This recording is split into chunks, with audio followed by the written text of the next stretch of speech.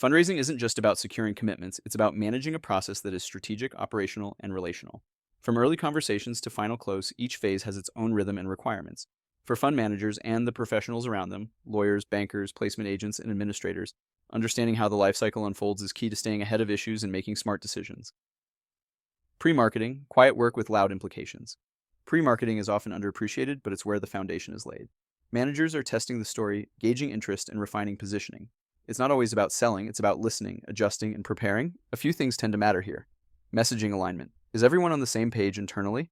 That includes investment team, ops, and external counsel. Infrastructure readiness. Even if you're not launching yet, you'll want early input from fund administrators to model economics and flag operational friction. Regulatory awareness, especially in cross-border contexts, the difference between pre-marketing and marketing isn't just semantic, it's legal. This phase is also where early LP conversations can shape fund terms.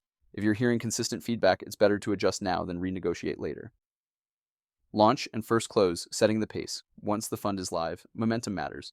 The first close isn't just a milestone, it's a signal. LPs watch how quickly it happens, who's in, and how the fund is being run.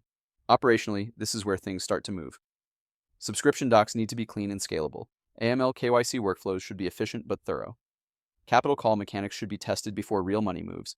Fund administrators often shift from background support to frontline coordination here. If they're not looped in early, onboarding can get messy fast. Interim closes, repeatable, auditable, predictable. Interim closes are where process discipline shows. Each new investor means recalculating economics, updating disclosures, and communicating clearly with existing LPs. A few common friction points. Fee recalculations.